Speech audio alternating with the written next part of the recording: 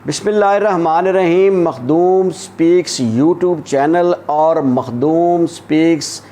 Official face بک page سے رانا آصف حنیف آپ کی خدمت میں حاضر ہے۔ ناظرین، لودھراں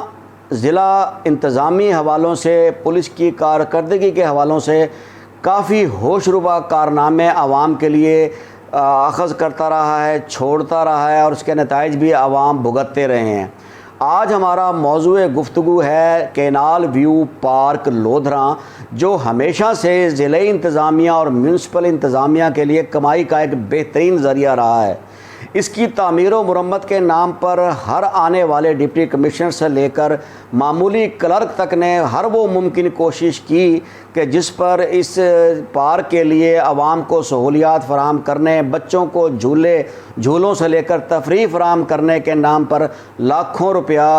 ہضم کیا جا سکے، ہڑپ کیا جا سکے، اور پھر اسے اس پارک کو دوبارہ سے ایک جنگل کی طرح، بیابان جنگل کی طرح، بے آباد جنگل کی طرح چھوڑ دیا جائے۔ صورتحال ایسے رہی ہے کہ غلام فرید شیخ سال 2010 میں لودھراں کے ڈپٹی کمشنر رہے۔ ان کے دور میں یہ چلڈرن پارک تعمیر ہونے کے بعد جو ہے پھر آباد ہوا، وہ چلے گئے۔ ان کے بعد پھر ناصر جمال ہوتیانہ صاحب آئے، ان کے دور میں تعمیر و مرمت ہوئی۔ ان کے بعد پھر راجہ عمر شہزاد صاحب تشریف لائے، ان کے دور میں تعمیر و مرمت، تزئین و آرائش کا کام ہوا۔ ان کے بعد پھر راؤ امتیاز احمد صاحب آئے، ان کے بعد پھر عمران قریشی صاحب آئے، ان کے بعد پھر شعیب علی صاحب آئے، اور اب ظہیر عباس شیرازی صاحب تشریف لا چکے ہیں۔ انہوں نے آج ہی کینال ویو پارک کا معائنہ کیا ہے، اور وہاں درہم برہم حالات پر خاصی خفگی کا اظہار کرتے ہوئے ایڈیشنل ڈپٹی کمشنر ریونیو، جو ایڈمنسٹریٹر میونسپل کمیٹی لودھراں بھی ہیں، ان سمیت تمام افسران کو یہ ہدایت کی ہے کہ پارک کی حالت زار کو فوری سنواریں۔ ٹوٹے جھولے، اجڑی کیاریاں، خشک درخت اور دیگر تمام جو سہولتیں ہیں جیسے جھیل ہے، کشتی ہیں، سب ٹوٹ پھوٹ اور ختم برد کا شکار ہو چکی ہیں۔ ان کو فوری طور پر تزئین و آرائش کر کے بچوں کے لیے، فیملیز کے لیے دوبارہ سے اس پارک کو مثالی بنایا جائے۔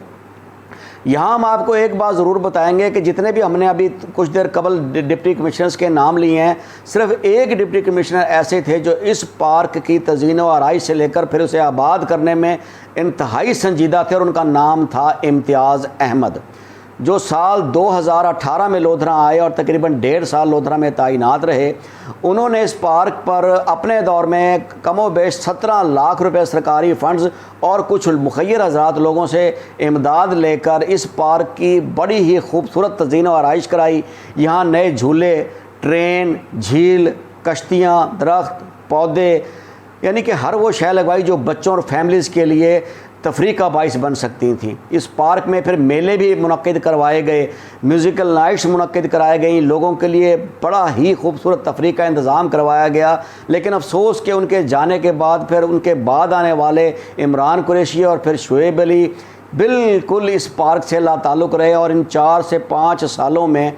اس پارک کا اب یہ حال ہے کہ وہاں نہ کوئی جھولا سلامت ہے،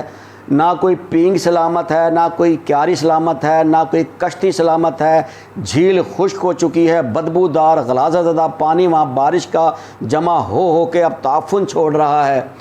ان حالات میں اب